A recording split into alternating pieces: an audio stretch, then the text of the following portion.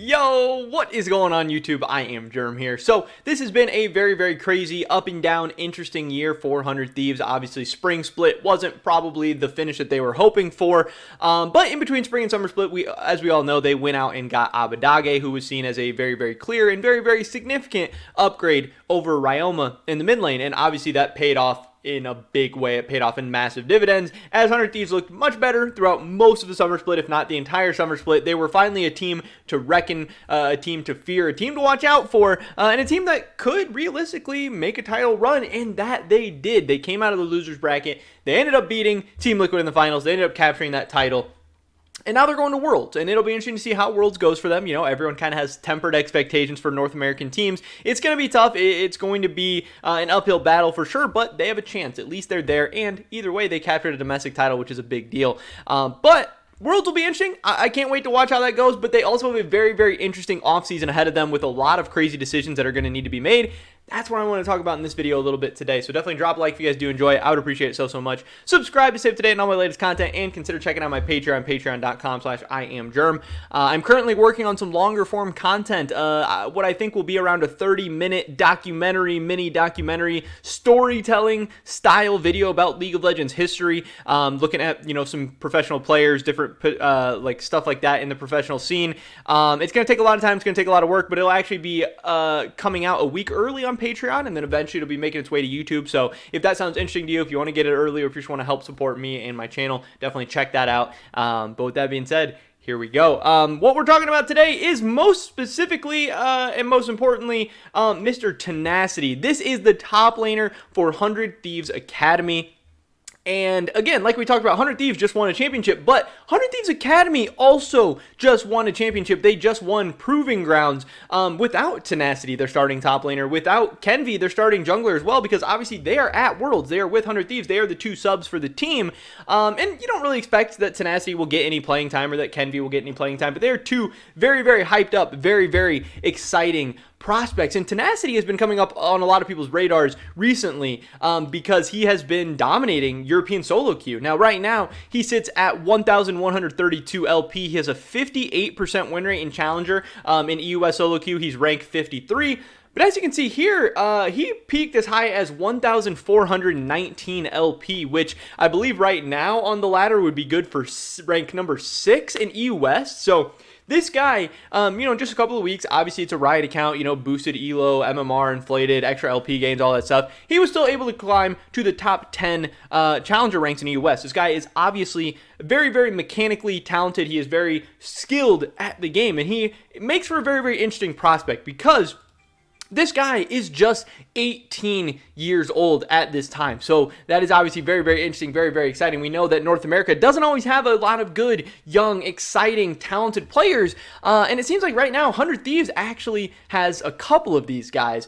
So what I want to talk about is, one, just kind of getting this out to you guys, you know, that Tenacity is dominating the EUS solo queue. He is making a name for himself. A lot of people have been very impressed, you know, watching him play solo queue, playing against him in solo queue, just saying how good they think this guy can be. Now, obviously, solo queue talent, mechanical ability, all that stuff only takes you so far. We've seen players have all the ability and skill in the world and still, you know, kind of fizzle out in professional play, but this guy at least has the potential and the chance to be something special and to be something great, and 100 Thieves believe so too. We've heard Papa Smithy talk about Tenacity and Kenvi both as guys he believes can be future LCS stars. He believes Kenvi, you know, can be one of the best players in the entire LCS, and that Tenacity can be a superstar as well.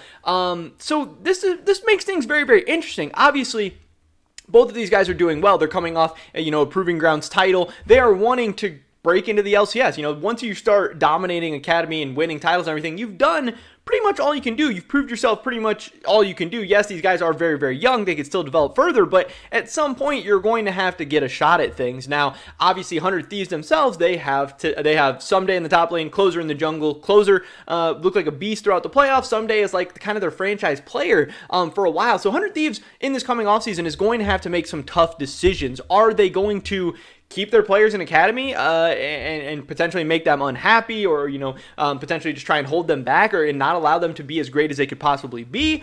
Are they going to promote them and move on from, someday or closer, potentially both? Or are they going to sell them off to some other North American teams, potentially getting a lot of money in return? Because again, these are two of the biggest North American prospects in proving grounds and academy in the amateur scene right now. People are very, very high up and excited about these guys. But then again, obviously there is the risk, there is the downside, there is the potential that then you are playing against these guys. And if you really do believe that these guys have the potential and the capability of becoming superstars and some of the best players in the league, you really wouldn't want to get rid of them. So I think 100 Thieves is in a very, very interesting spot. They have a very good academy team. When we take a look at their roster, they have Tenacity and Kenvi, but they also have Ryoma, who, he's okay. I don't really think he's an LCS level mid laner, but as far as academy goes, he's one of the best. They have Poom, who is still developing. People think, he's probably still a year or two away from becoming anything special, if he ever does become anything special. But they also have Luger, who is trying to make a push in the LCS as well, one of the best Academy 80 carries. So this team is going to have some interesting decisions to make because, as we know, Academy assets can be sold off for a lot of money, and that is always a good sign. That is always a good business decision. Cloud9 is a team that's famous for this, making a bunch of money. But then there's teams like TSM who, they've sold off guys like Tactical. They've sold off guys, or just Tactical has left, and guys like Johnson have left. And then now TSM is struggling to, find 80 carry players. TSM lets Treats go, and he ends up being an MVP elsewhere, while TSM struggles themselves. So teams really get put in some interesting positions. They get in tough, difficult positions, and 100 Thieves is definitely going to end up in that spot in this coming offseason, especially if they struggle at Worlds. Let's say that 100 Thieves doesn't make it out of groups, which is probably the expected result. Yes, they will have won a championship in the summer split, but this was very, very close. If you run those playoffs back a bunch of times, 100 Thieves probably doesn't end up winning the title a majority of the time. They came out of the losers bracket. They were one of the better teams, but they weren't seen as like some dominant team that's for sure going to run it back in 2022. Also, you got to expect Cloud9 is probably going to get better in the offseason. We know TSM is going to get better in the offseason with Bjergsen. We know that Evil Geniuses is probably going to make some moves in the offseason as well. And the 2022 LCS could look a lot different than it does in 2021. So if 100 Thieves just expects to run back the same roster without making any improvements, without making any adjustments, are they really going to expect to find the same results? I don't know. I think it is a very, very tough one. But I do know that I am very, very excited that we finally have some exciting young talent in the academy scene. I'm excited for these guys to get an opportunity. And again, I don't know if it's going to be with 100 Thieves or if it's going to be on another team. But just know that these guys are out there. And if your favorite team needs a jungler, needs a top laner, they definitely want to keep these guys on their radars. Because not only did they dominate North America and make a name for themselves, but now they're going over to Europe and showing the world, really what they're all about. And if 100 Thieves kind of struggles in group stage, maybe they start out 0-4, 0-5, we might get to see Tenacity. We might get to see Kenvi on the world stage. And I think that would be very, very exciting. I think that'd be very, very fun. But man, would I not want to be Papa Smithy right now, because there are some tough decisions coming in the future for 100 Thieves. It's a risk to move up one of these guys to the starting lineup and move on from someday, move on from closer. But it's also a risk to not move on to one of these guys, run the exact same roster back, and know that the rest of the league's getting better and that these two guys could be on another team that you're competing against as well.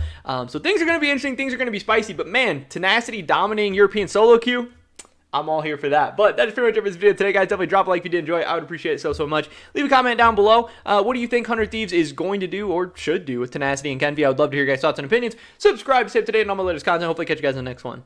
But until then, peace.